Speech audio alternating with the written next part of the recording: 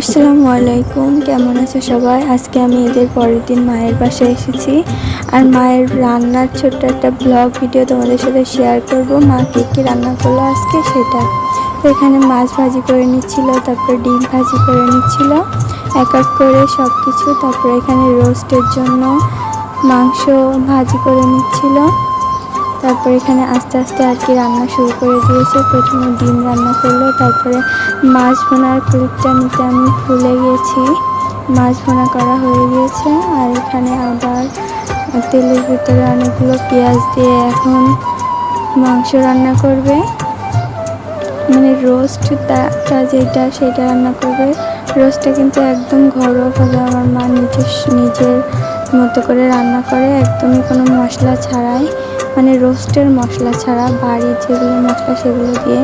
আর এখানে খাসির মাংস ভাবি মাকে একটু হেল্প করে দিচ্ছিল খাসির মাংস রান্না করার জন্য। তারপরে খাসির মাংসটা রান্নার জন্য মা চুলায় উঠাই দিল। তারপরে খাসির মাংসটাও রান্না করা হয়ে গেল। তারপরে সব শেষে সব কিছুর আমি একটা ভিডিও করে নিয়েছি।